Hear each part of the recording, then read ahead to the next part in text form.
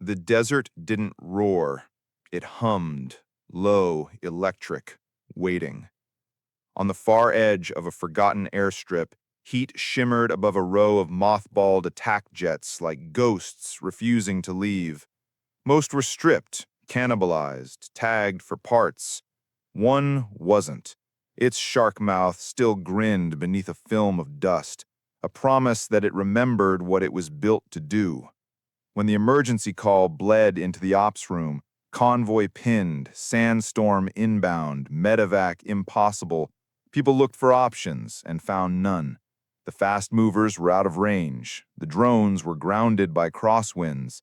Helicopters would be eaten alive by the gust front. That left the impossible, and the person everyone had quietly agreed to forget, a woman who knew this airframe better than anyone alive, a pilot who hadn't been allowed to fly in years. Arden Vale didn't argue. She walked, past the stairs, past the unspoken history, toward the mouth-painted Warthog that had once been hers. The storm line was already tearing the horizon into ragged stripes of tan and gray. Somewhere beneath it, men and women were running out of time. The base had procedures, the desert did not. When the gatekeepers hesitated, the wind answered for them, throwing grit against the hangar doors like a clock running down. Welcome back to the Storyscape, cinematic stories of quiet courage, tactical precision, and the moments when one decision changes everything. If you're new here, subscribe for more long-form storytelling, and tell me in the comments, where are you watching from? They kept her name in a file and her call sign off the wall. Paper said, non-compliance with ROE, as if ink could flatten a day into a single line. Years earlier, Arden had refused a fire mission when a convoy's IFF went dark mid-transit and the comms net fractured into overlapping requests. She held fire, found the truth 30 seconds later, and saved people who didn't belong in the crosshairs. It also meant she disobeyed an order. Careers have a slope. Hers ended on one bad sentence. The punishment wasn't prison. It was the runway, close enough to smell avgas, never close enough to use it. Grounded pilots learned to live in fragments. She taught systems to younger flyers who didn't know they were being gifted decades of scar tissue and neatly organized slides. She walked the line with maintainers, could listen to a spool up and tell which bearing was getting ready to lie. She carried a challenge coin from a squadron that didn't officially exist anymore and turned it in her pocket when the hangars went quiet at night. The coin stayed cool. Her blood didn't. The call came just after noon, when the heat made every metal seam sing a little. A joint team had tracked a high-value courier to a dry riverbed and pushed farther than their cover would allow. Then the wind jumped 2 knots to the bad side, and the sky went harsh. Dust pillars marched in from the west, the kind that flatten radios and swallow helicopters whole. The ground unit's last report was short. Pinned on both sides, ammo thin, 2 wounded. If they didn't move before the front arrived, they wouldn't move at all. The duty officer read the board twice and felt the same answer both times: nothing to send. Arden heard it from the doorway, because she'd made it a habit to be close whenever the worst news walked in. Her eyes tracked past the ops plot to the unremarkable corner of the ramp where an aircraft with her old nose art, white teeth chipped by sun, sat on its tires like a patient animal. She didn't ask permission. She asked a crew chief she trusted. Chief Anya Kovac had hands like vice grips and a temper that snapped only for broken safety wire. She didn't smile when Arden approached. She just nodded once, the way people do when they've already made a decision an hour before you reach them. "We'll need clean belts and a miracle," Kovac said, not looking up from the open panel. Their ordnance stock was light after a month of training sorties, enough to matter if placed perfectly. The cannon belts were there, heavy and unsubtle. The pods were mismatched. the kind of loadout that would make a purist wince and a pragmatist grin. Arden preferred pragmatists. She ran her palm along the intake lip and felt the grit. The jet was a shape cut from her own memory, awkward and beautiful, built to take hits and return an answer. A weapon, yes, but more honest than most she'd ever seen. Lieutenant Juno Paredes from operations arrived with a clipboard and a worried voice. Regulations stacked up around Arden like sandbags. Wings level, he said. She didn't have current check rides. Command authorization, he added. No tasking in the air plan. She let him finish, not so much out of courtesy as calculation. The storm line darkened. Somewhere in it, a team's perimeter was shrinking fence post by fence post. Arden heard him softly that the only thing worse than breaking a rule was letting a rule pretend to be a reason. Paredes didn't agree exactly, but he stopped disagreeing out loud. Colonel Bramwell showed up last. He had been there the day she lost her skies, and he had not forgotten either the briefing or the bruises that came afterward. Time had deepened the creases around his eyes and the caution in his voice. He looked at the plane, looked at Arden, looked at the weather radar that had stopped being helpful and started being a countdown. He told Kovac to load what they had. He told Arden nothing at all. The lack of a no wasn't a yes, but it was a door left unlocked. The start sequence felt like a pulse returning.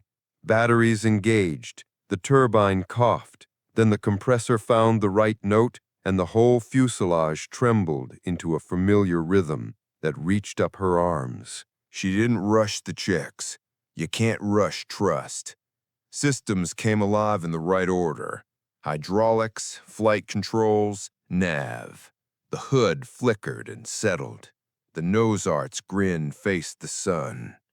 Kovac popped up into view and held 2 fingers to her eyes, then at Arden. I see you, do you see me? And dropped to clear the chocks. The radio lit with sector updates that sounded too calm for the shape of the day. Taxiing felt indecent, like waking a legend in daylight. The flight line saluted without raising hands. People simply turned, watched, and made their own private deals with hope. At the hold short, the crosswind nudged a nose, and the dust picked up in curling sheets. Tower called wind, visibility, and a caution for debris. Arden rolled forward anyway, not in defiance of the warning, but in conversation with it. Some airplanes win by elegance. The Warthog wins by refusing to be told what it cannot do. She pushed the throttles, and the world slid back. The gear chirped, tarmac gone. Then the bumps even desert air can't smooth out. The storm front ahead had grown fanged along its bottom edge, and the sun sat behind it like a lantern behind frosted glass. Comms with the ground unit were ragged, half words, swallowed numbers, but she traced their position from fragments the way a tracker reads scuffs and dust. A dry river carved a line like a knuckle across the map, and somewhere near its bend, a handful of people were writing their names into the wind. Altitude low, speed honest. She didn't climb to safety because there wasn't any. The plan was simple and savage. Find them fast, mark the threats, and make the first pass count. What she had on board wouldn't outlast a long conversation. It would, placed perfectly, change the terms. The familiar hum of the cannon motor spooled in the right ear cup like a promise. Grit rattled against the canopy. Ahead, the storm exhaled, and the desert answered back with gunfire that looked small from a distance and never was. Arden checked the nose camera, and the world snapped into contrast. Heat blooms, muzzle flashes, a thin smear of vehicles bleeding in the cover. She saw movement along the wadi wall and the telltale ripple of someone bracketing a shot that didn't belong to them. The ground team's beacon pulsed faintly through interference, a heartbeat almost lost in static. She trimmed a hair nose down, flattened the descent, and let the edges of the map fall away until there was only the target line and the truth that had brought her back to the sky. Sometimes the hardest thing isn't to pull the trigger. It's to own the moment before it. The storm reached for the sun, and the desert dimmed. Her warthog grinned into the grit and charged. The first pass broke the silence like a hammer through glass. Arden didn't announce herself with words, because the Warthog had its own language. The grind and snarl of the Gowade cannon, 7 barrels spinning as one, shredding the hard pan where enemy guns had sprouted. A plume of dust rose like a curtain, and through it she saw the convoy survivors scatter for better cover. Their helmets tilted skyward, some in disbelief, some in prayer. After hours of static and hopeless reports, they were seeing a ghost no one thought would ever return. Her targeting pod caught 2 technicals leapfrogging along the ridge, their silhouettes jagged against the storm's bruised backdrop. She banked, hard and low, the desert rushing so close beneath that the mirage shimmer broke like water. Her left wingtip nearly scraped a dune as she rolled out. The Warthog wasn't fast, but it didn't need to be. It was relentless, like the pilot strapped into it, someone who had been told she would never fly again, yet now found herself where she had always belonged, between danger and the people who couldn't escape it. On the ground, Staff Sergeant Keller shielded his eyes, dust coating every line on his face. He had been told over comms that no help was coming. He had already written in his head the last words his family would receive. Then he saw her. No, he saw it. A shark-mouthed beast diving through smoke and sand, spewing fire across the ridgeline. He couldn't make out the pilot's face, couldn't know her name. All he knew was that his world had just shifted. Survivors had a word for that kind of moment: reprieve. Arden's hands were calm, but her blood wasn't. Each correction of the stick was muscle memory dragged from storage, instincts reawakened after too long dormant. She didn't think about the years stolen from her. She thought about geometry, angles, arcs, where ordnance would land and how long the survivors could hold. Every squeeze of the trigger wasn't vengeance. It was mathematics with lives as the sum. She pulled out of the run with rounds still cooking off in her wake. The storm front loomed larger, its leading edge swallowing the horizon in a tan wall. Radios crackled and died, then came back in broken bursts. Her HUD dimmed against the grit, but she didn't climb for clean air. Climbing would mean leaving them, and leaving them wasn't why she had taken the jet. Another threat bloomed on her scope. A launcher team hunkered into the riverbank. She had seconds. The Warthog, heavy and stubborn, did not dance, but it didn't have to.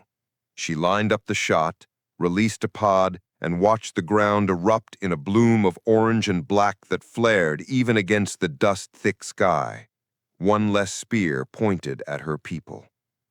Back at the base, the control tower tracked her faint transponder sweep in disbelief. Ops officers argued into dead channels, demanding she return before weather closed the field. Colonel Bramwell listened, jaw set, arms folded. He remembered her refusal years ago, remembered the boardroom arguments, the punishment signed under his name. He also remembered a truth too inconvenient for paperwork. Arden Vale had never once hesitated for herself, only for others. Her fuel numbers were already bleeding low. She ignored them. She had enough for another run, maybe 2 if she stretched the descent and let gravity work harder than turbines. It would be enough, had to be enough. The Warthog wasn't meant to be elegant. It was meant to be there when nothing else could. The storm's first fingers of sand lashed against her canopy, whispering against the plexiglass like claws. She glanced down at the faint glimmer of the convoy's beacon. Shapes moved in the haze, both friend and foe, locked in a standoff that would collapse if she missed even one decision. She banked again, rolled into the dust, and prepared to carve another line of survival across the desert floor. The desert was a living animal now. Sand curled into whips that struck against her canopy, grit vibrating through the airframe like a drumbeat. The storm had swollen to its full height, towers of dust and wind swallowing the horizon, turning every shadow into a trick. Arden kept the Warthog pressed low, refusing to surrender sight of the riverbed where the convoy still fought to survive. Her instruments jittered under the electromagnetic interference. The HUD flickered, compass lines drifting and snapping back. But Arden's eyes weren't on the glass. They were on the land, the small, violent movements beneath her, the crawl of hostile vehicles repositioning, the stubborn flickers of muzzle flashes as enemies tried to box in the pinned team. She traced those shapes like an old language, one she was told she would never read again. The Warthog responded to her touch with the slow, deliberate loyalty of a beast too stubborn to quit. It wasn't speed that made it deadly. It was persistence. It could linger in air the sleek fighters avoided, circle where drones faltered, bleed altitude without fear of breaking. Arden knew its every shudder, every sound, and after years chained to the ground, that intimacy felt like a heartbeat she thought she'd lost forever. Down in the wadi, Staff Sergeant Keller and his squad braced for the next wave. The enemy had pushed closer, their trucks hugging the dry embankment, mortars dragging into place. Keller's wounded lay behind a makeshift berm of shattered stone. He had nothing left to give them but his body. Then, from above the storm's roar, came a deeper thunder, the kind that vibrated in the chest more than in the ears. The GAU-8 cannon spun again, stitching the riverbank with a line of fury. Sand geysered into the air. The mortar tube flipped sideways, men scattering from its blast. "Angel on station," Keller muttered, voice shaking but steady. His men didn't argue. They raised their rifles and pushed back, emboldened by the savage punctuation Arden had dropped into the fight. Arden pulled off the line, breathing shallow. Her fuel gauge was cruel now, every tick a reminder that she couldn't stay long. Ammunition was worse, belts nearly dry, pods reduced to smoke and metal fragments. The next decision had to count. Her canopy shook as the storm front fully arrived, pushing the visibility down to a breathless smear of yellow and brown, even her radar feed clogged with echoes. Memory clawed up uninvited. The boardroom, years ago, when they'd stripped her wings. The faces around the table had spoken in calm tones about protocol and precedent. They hadn't been there when the convoy she refused to fire on turned out to be friendlies. They hadn't watched the relief when those soldiers realized they weren't going to die under their own banner's guns. All Arden had done was wait for clarity, and the cost was her career. Insubordination, the paperwork read. She had carried that word like a stone in her chest ever since. Now, staring at a desert that was actively erasing itself, Arden made another decision. She would not leave. Not until the convoy was free, not until the last round was spent. If the storm swallowed her, so be it. There were worse ways to vanish than in the cockpit of the only aircraft that had ever spoken back to her in a voice she trusted. On the ground, enemy trucks mounted one final push, engines growling through the haze, silhouettes growing larger against the dust wall. Keller's men screamed warnings, rifles cracking into the murk. He could almost feel the weight of armored steel bearing down on them. Then the storm itself seemed to split, dust parting, air tearing open. Arden dove through that gap, engines howling, the shark mouth on her nose splitting the storm like a grin carved into night.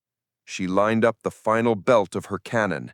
No hesitation, no second guess. The Gao 8 roared, and the desert answered. The dust wall closed like a clenched fist. Arden's world shrank to a tunnel, her canopy streaked with sand, visibility collapsing into a grainy smear. She had no room left to maneuver, no altitude to trade, and barely a breath of fuel in the tanks. The Warthog's warning lights flickered in angry red across her panel, each one screaming the same thing: turn back. But Arden didn't. She pressed lower, riding the storm's throat like she was carving through the body of a wave. Her last belt of 30mm ammunition spat into the convoy's attackers, raking the desert floor with an iron growl that cut through the storm's howl. Trucks disintegrated under the barrage, wheels cartwheeling away into the haze. The final rounds spent themselves in the sand, the cannon winding down to silence. Arden's HUD cleared momentarily, as if to remind her that was it.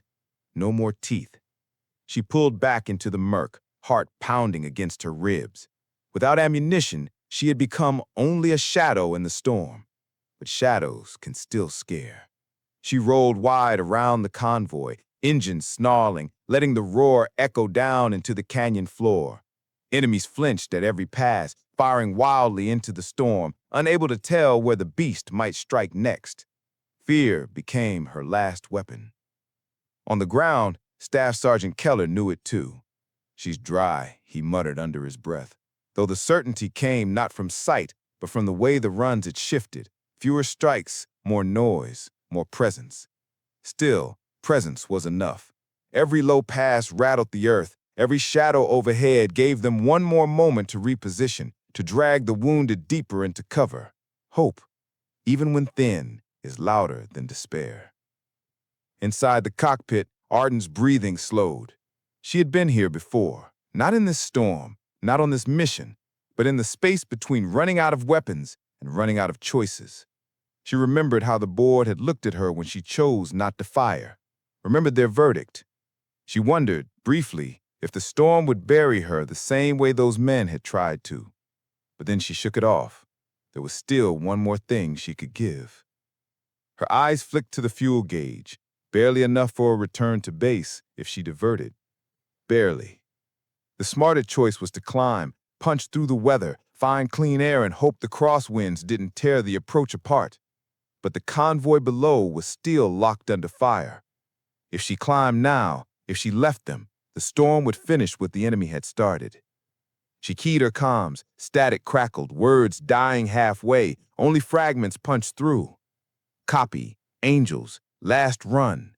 She didn't know if they heard, but she said it anyway. Hold tight, you are not alone.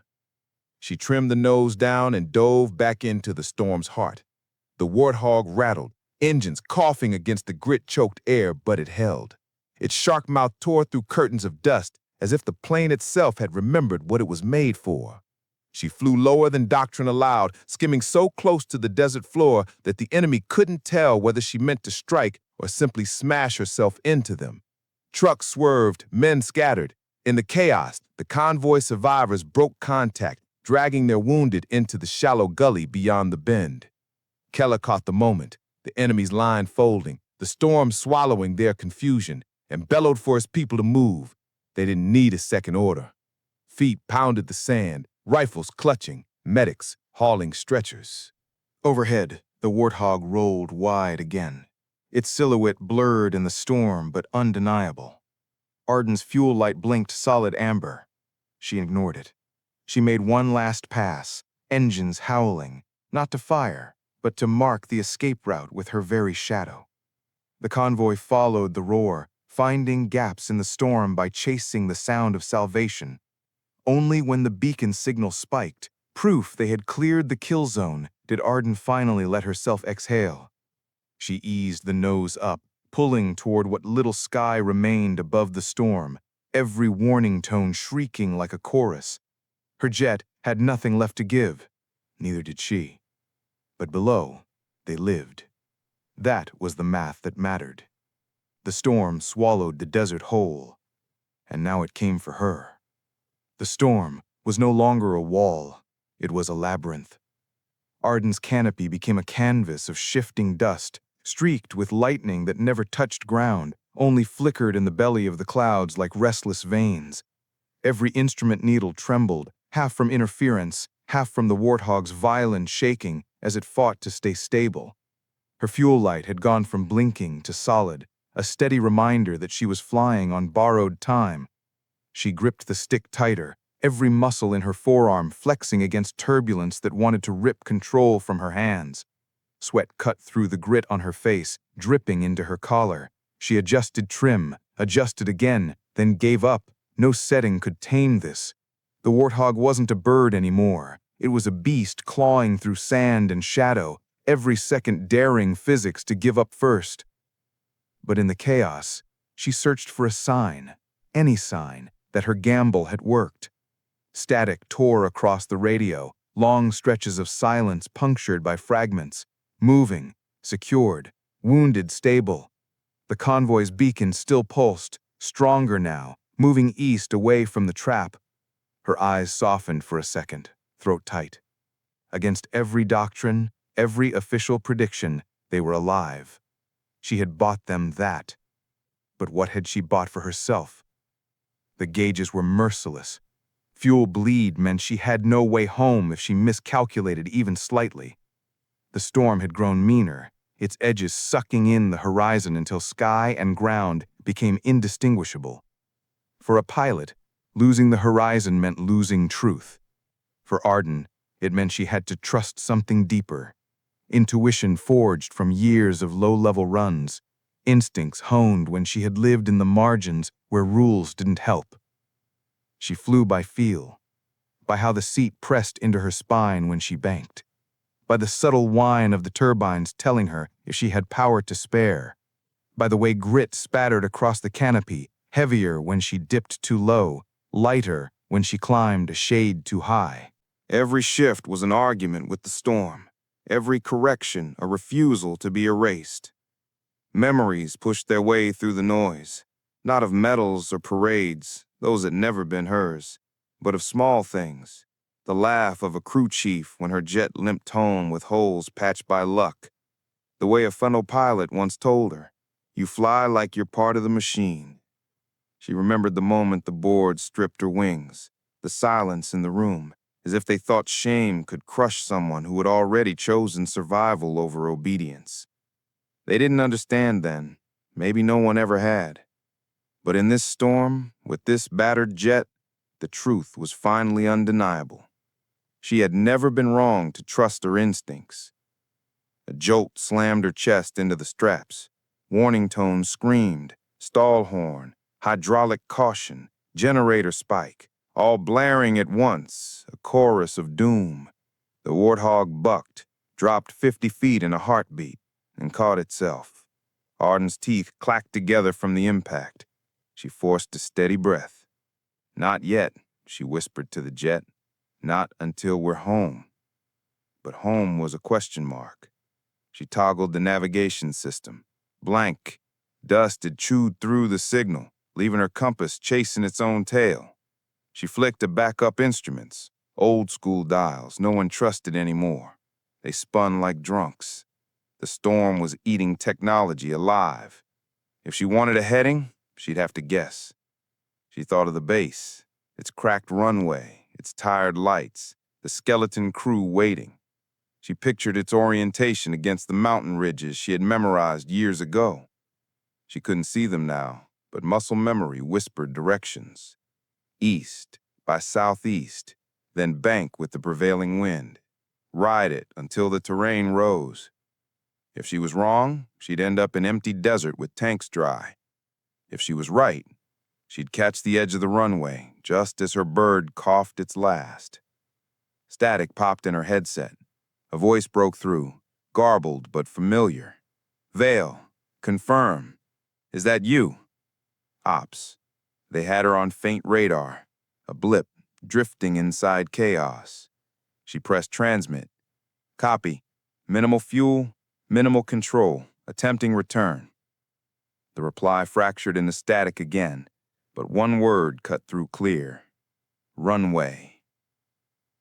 She angled the nose toward where she thought the runway lived. Every movement was an act of faith. The storm pressed against her canopy like a physical hand, shoving her sideways, lifting her tail, daring her to stall. She fought, not with finesse, but with stubbornness, the kind that had always been her gift. Minutes stretched into eternities. Her fuel gauge was no longer ticking down. It was pegged against empty, the needles quivering on red. The engines coughed, once, twice, like old lungs. She coasted them forward with feather-light throttle, afraid to push too hard. Every vibration rattled her bones. She was flying on fumes and willpower alone doesn't spin turbines. Then, through the storm's smear, she saw it.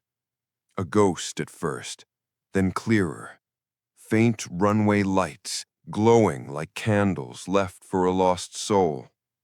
They flickered in and out as the dust surged, but they were there. Home was there. She lined up, fighting crosswinds that shoved her sideways like invisible fists. The Warthog crabbed in the air, nose skewed, wings shuddering. She adjusted, overcorrected, corrected again. It wasn't pretty. It was survival.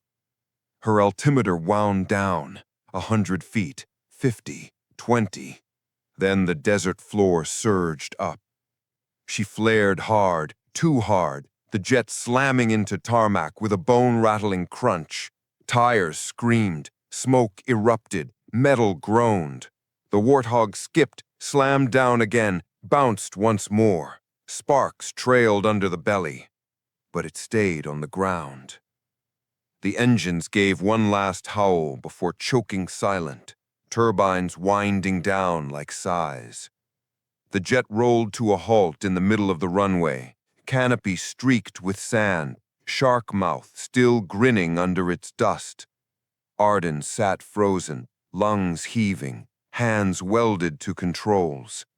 For a long moment, she couldn't move. Then, finally, she tore off her mask and let desert air rush in, tasting grit and victory in equal measure. Floodlights pierced the storm. Emergency crews rushed out, figures blurring in the haze. Colonel Bramwell himself stood at the runway's edge, cap clutched in one hand, staring at the impossible return. He had been the one to ground her. He had signed the order. Now, watching her climb out of a jet that by all logic shouldn't have survived, he lowered his head, not in shame, but in acknowledgement. Arden dropped to the tarmac, boots crunching against grit. Her legs trembled, but her spine didn't bend. She touched the battered fuselage once, palm pressed to the shark mouth, and whispered a thank you only the storm could hear. Then she walked forward through the floodlights, through the disbelief, carrying with her the truth that rules had once tried to erase. When everything else failed, she had been the last hope over the desert. Dawn over the desert came slow, muted behind the last shreds of storm. What the night had hidden now revealed itself. Torn tracks across the wadi where the convoy had clawed free, burned out husks of vehicles, half buried in drifts of sand, and the deep ruts of rescue trucks leading back to the base. The air was calm now, almost too calm, as if the storm had stolen all the violence from the world and left only silence in its place. On the flight line, the battered Warthog sat, scarred but upright.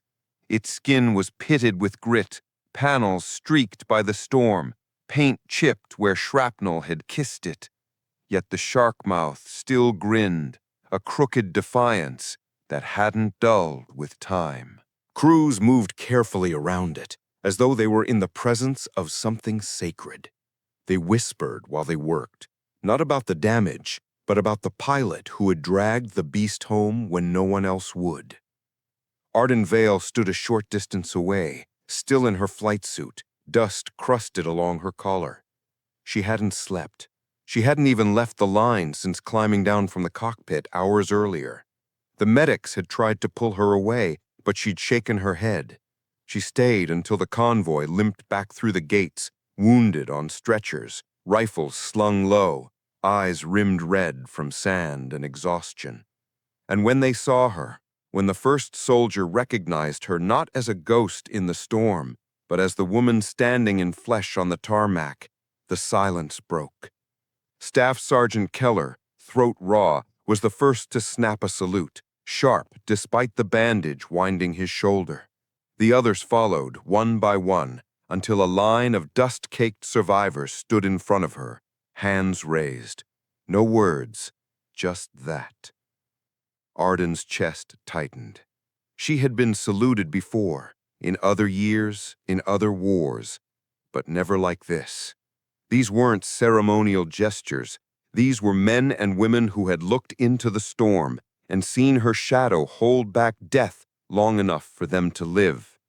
She wanted to tell them it hadn't been heroism, only stubbornness. But the words refused to come. Maybe finally it was all the same thing. Behind them, Colonel Bramwell approached, cap tucked under his arm. He had aged in the years since he'd signed her grounding, but his eyes had not lost their sharpness. He stopped a pace away, hands clasped behind his back. For a long moment, he said nothing. Then he raised his hand, slow and deliberate, and gave her the salute she had never expected to see again. No one moved. No one breathed. Arden returned it, her arm steady, her gaze unflinching. In that brief arc of silence, the weight of years shifted. The paper verdict that had caged her wings dissolved into irrelevance. What mattered now was not what had been taken from her, but what she had reclaimed with a single impossible night. Trust in her instincts and the sky itself. Later, as the sun climbed higher and the storm's wreckage baked into stillness, Arden walked alone back to the Warthog. She laid her palm on its scarred skin, feeling the warmth of metal that survived when it shouldn't. We weren't supposed to, but we did. She looked east, where the desert stretched to forever, glowing gold under the rising light. For the first time in years, the horizon didn't feel like a sentence. It felt like an invitation. Grounded? Maybe once, but no longer. The storm was over. The desert was quiet, and Arden Vale, pilot, survivor, the last hope when all else had failed, was back where she belonged.